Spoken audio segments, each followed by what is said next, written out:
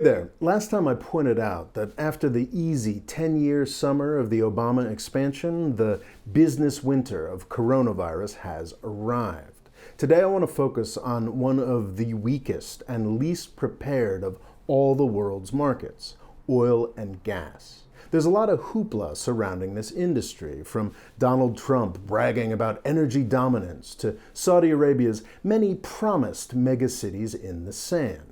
Those of you who follow the oil and gas markets, and those of you who follow this channel, know a different story. Winter is no longer coming for the oil and gas markets, folks. Winter is here. To understand the extraordinary 30% price drop that oil experienced last week, and the fact that it's lost over half of its value from a year ago, you have to understand how very sick and weak the oil market has been for years. Since 2016, the worldwide oil and gas industry has been artificially propped up by a sort of three-legged stool. The first leg is Trump's supply-eradicating foreign policy. The second is the arrangement between OPEC and Russia that fell apart on Friday, March 6th. And maybe the most important leg is Wall Street stupidity. Let's talk about the stupidity first. I hate to sound like Donald Trump here, but Wall Street stupidity actually is something that can be blamed on China. Back in the 20th century, US investors understood the basic laws of supply and demand. In the 1970s, when the Middle East first asserted its power over supply, prices spiked. But in the 1980s, prices crashed due to rich world efficiency drives and the identification of new petroleum resources all over the world. The 1990s saw a well-balanced oil market, but then came the China era. As we all know, China's rapid growth sucked in commodities from all over the world, and oil and gas producers were huge winners. Not even the 2008 financial crisis slowed things down for more than a year or two. For 15 years, from the late 1990s until 2014, a generation of US investors were trained to believe that these prices never went anywhere but up. You may have heard of the staggering success of the US oil and gas industry. It's true that this success was made possible by a series of amazing innovations like fracking, directional drilling, and artificial intelligence. But it's also true that this success would not have been anywhere near as high if it weren't for the idiocy of a bunch of Wall Street investors who had forgotten the laws of supply and demand.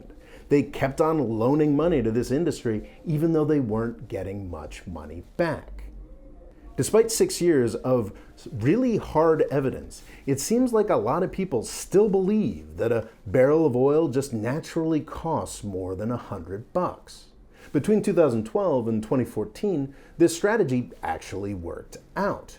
The oil price stayed stubbornly high as US production surged and US producers took market share away from the rest of the world. By 2014, Saudi Arabia had had enough, and they flooded the market in an attempt to kill the new US production. But Wall Street backed Texas up because of that foolish faith in oil prices that a spurt in China growth had given them. Prices went even lower than they are today. By 2016, every oil producer was hurting. Late 2016 is when the other two legs of the stool supporting the oil and gas industry came in. Russia had never been a member of OPEC, the cartel of oil and gas exporting countries. But in late 2016, Russia joined with Saudi Arabia in the OPEC Plus agreement, limiting oil supplies. It was supposed to just last for 6 months until they balanced the market. But because of continued low prices, it was still in effect over 3 years later. 2016 was also the year that Donald Trump was elected US president. As I pointed out in an earlier video, his presidency really has been oil industry first. His efforts led to the crushing of Venezuelan, Iranian, and Libyan oil production, and his absurd choice to heighten tensions in the Middle East has given the whole industry a hefty risk premium. After 2016, thanks to Russia, Saudi Arabia, and Donald Trump, prices recovered somewhat, and in 2018, the United States became the world's largest producer of oil. What's important to realize is how incredibly shaky all of this was long before coronavirus came on the scene. After 6 years, Wall Street was getting sick of waiting around for profits. Events like the September 2019 missile attack on a Saudi oil refinery made it very clear that the market was so well supplied that not even Trump's hyper-aggressive foreign policy could make a difference. And most importantly, Russia and Saudi Arabia were getting mighty sick of cutting production just so Texas could pump more. On March 6th, under the influence of the coronavirus-driven plummet in demand, Russia refused to agree to new cuts in production, so Saudi Arabia decided to go to war. Price war. The Saudis have announced the end of OPEC production cuts and have announced deep discounts to drive up their market share. Russia is also opening the taps. As the U.S. oil industry starts whining and begging for even more handouts, it's important to emphasize what just happened here. Russia and Saudi Arabia just spent 3 years manipulating the price upwards, essentially creating a jobs program for U.S. oil and gas companies. In the age of coronavirus, this simply wasn't viable any longer. The transportation infrastructure of China, Europe, and the United States is now in the process of shutting down almost entirely. Russia and Saudi Arabia have inaugurated a free market in oil prices for the first time in 3 years. The U.S. industry needs to get used to it. A lot of people seem to think that this fight will go the same way it went in 2014 and that the Saudis will be forced to back down. I'm not so sure. Markets are dumb and Wall Street is pretty stupid, but I don't think they're that stupid. After failing to make much money for 6 years, I think the Wall Street leg of the stool is probably gone. Keep in mind that 2014 was a pretty good time for investors, not the horror show we've seen unfolding over the past month. Trump is doing what he can, but buying some extra barrels for the strategic oil reserve isn't going to make up for closing down most of worldwide air travel. Also, you may not have noticed, but the US and Iran are just as close to war in Iraq as they were in January. Nobody cares. So I think it's possible that Saudi Arabia could win this price war. You all know that I believe the Saudi regime will fall before 2030, simply because it's going to run out of money, and this certainly accelerates that process. But in the short term, I think MBS may have consolidated enough power to succeed where his predecessors failed back in 2014. Heck, over the past week, he's already arrested most of the independent power centers that were left in the country. But 2020's success is likely to set up the country for failure later on in the decade, as I laid out in a video I made over a year ago called How the Oil Market Dies. If something can't go on forever, it won't. After watching oil prices fail to skyrocket for the past 4 years, I think Wall Street is probably going to pull the plug.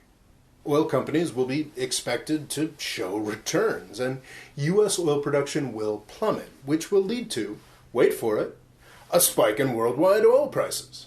For the past 4 years, the usual exploration and development just hasn't been happening. All sorts of exciting new oil locations have been found, but understandably, folks haven't wanted to build out projects that need oil to cost $70 to $80 a barrel to be viable. The world really has come to rely on that extra production from the United States. When Wall Street decides to end the party, I think a short-term supply shortage is very possible. That's right, I'm talking about oil costing more than $100 a barrel again, but only for a short time. This time around, it won't be some exciting new oil extraction technology that kills the oil price. It's going to be something completely different. Electric cars. After being a sad joke for decades, electric cars are finally poised to make a big difference. Every large car maker seems to be coming out with new models next year. There's one massive problem though: price. At current oil prices, you don't actually save any money by buying an electric vehicle. The other problems are technical ones, like range and charging stations that will quickly be fixed by a mass market. But we won't get a mass market if it's cheaper to buy a gas guzzler. Electric cars are waiting on a big bang. The post-shale surge in oil prices will be the electric car big bang we are waiting for. Once the mass electric car market starts, a fall in oil prices won't actually matter. The volume of cars sold will drive innovation, and oil won't be able to keep up. By the 2030s, oil should cost around $20 a barrel. And that is how the oil market dies. Or maybe not. It's interesting to note that at some points yesterday, the West Texas intermediate prices were already dipping into the high 20s. The U.S. oil and gas industry isn't going to be completely eradicated, but it's obvious to me that this time next year, the United States will no longer be the largest producer. Saudi Arabia's old model may be about to experience one last heyday, but it will be the last one, and it won't last long. Thanks for watching. Please subscribe, and if you want a free essay on a completely different topic, click here to sign up for my email list. Thanks.